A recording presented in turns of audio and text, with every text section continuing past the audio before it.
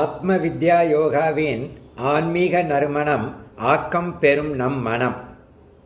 ஆத்மா அடிக்கடி சொல்லுவாங்க. அது என்னது ஆத்மானா? கண்ணுக்கு தெரியாததை எப்படி புரிஞ்சுக்கிறது? அது ஒரு பேர் உணர்வு. அது உணரதான் முடியுமே தவிர அதை கண்ணால் பார்க்க முடியாதும்பாங்க. ஆனால் கண்ணால் பார்க்குற மாதிரி பல அவதாரங்கள் எடுத்து அந்த பிரம்மமானது இந்த பூமிக்கு வந்துட்டு போயிருக்குங்கிறத வரலாறு உண்டு இல்லையா? ஸோ பக்தியில் இருக்கிறவங்களுக்கு உருவ தியானம், உருவ வழிபாடு ரொம்ப அவசியம்.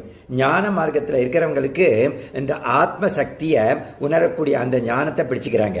அண்டு கர்மாவில் இருக்கிறவங்க எல்லாரும் ஒன்று தான், நீனும் நானும் ஒன்று தான்ங்கிற அந்த ஹையஸ்ட் மனிதாபிமானத்தை வளர்த்து கொண்டு அதன் மூலமாக அந்த உணர்வை உணர்ந்துடுறாங்க. ஸோ ஆத்மான நான் அர்த்தம். உண்மையான நான் யாரு? இந்த உடம்பு இல்லை, இந்த மனசு நான் இல்லை, என்னுடைய உடைமைகள் நான் இல்லை, என் பதவி உண்மையான நான் கிடையாது. அவங்க சொல்கிறது ஞானிகள் எது கொஞ்சம் வருஷங்களுக்கு இருந்து மறைந்து விடுமோ, மரணித்து விடுமோ, அதை போய் உண்மைன்னு சொல்லி வாழ முடியாது. பட் அது வந்துருச்சே, அது இருக்கே, உடம்பு மனசு புத்தி எல்லாம் இருக்கே, என்ன பண்ணுறது? அது அனாத்மான்னு சொல்கிறாங்க, அது ஆத்மா இல்லைன்னு சொல்கிறாங்க. அப்போ அது என்ன பண்ணுறது? நல்ல விஷயத்துக்கு பயன்படுத்த வேண்டும், அதனுடைய யூட்டிலிட்டிக்கு நம்ம பயன்படுத்த வேண்டும்.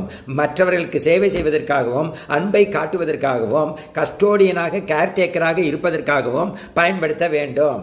இந்த மாதிரி வாழ்ந்தால்தான் நமக்கு போக போக இந்த காஸ்மிக் ட்ராவலில் number of cycles of birth and death குறையும் சொல்கிறாங்க.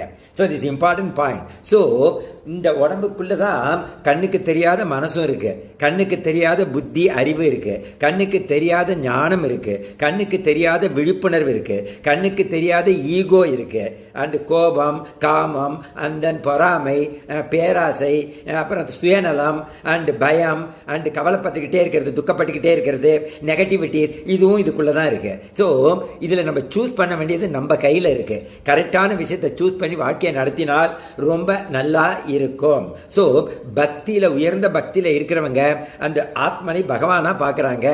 ஞானத்தில் உள்ளவங்க பகவானை ஆத்மனாக பார்க்குறாங்க.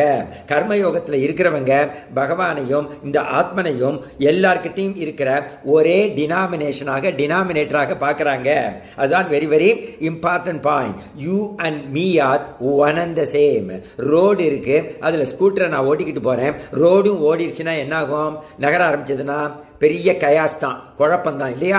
அந்த மாதிரி உடல், மனம், புத்தி இது எப்பொழுதும் மூவ் பண்ணிக்கிட்டே இருக்கணும்னா உள்ள அசையாத, ஆடாத, எப்பொழுதும் ஆனந்தத்தில் இருக்கக்கூடிய ஆத்மன் இருந்தாக வேண்டும்.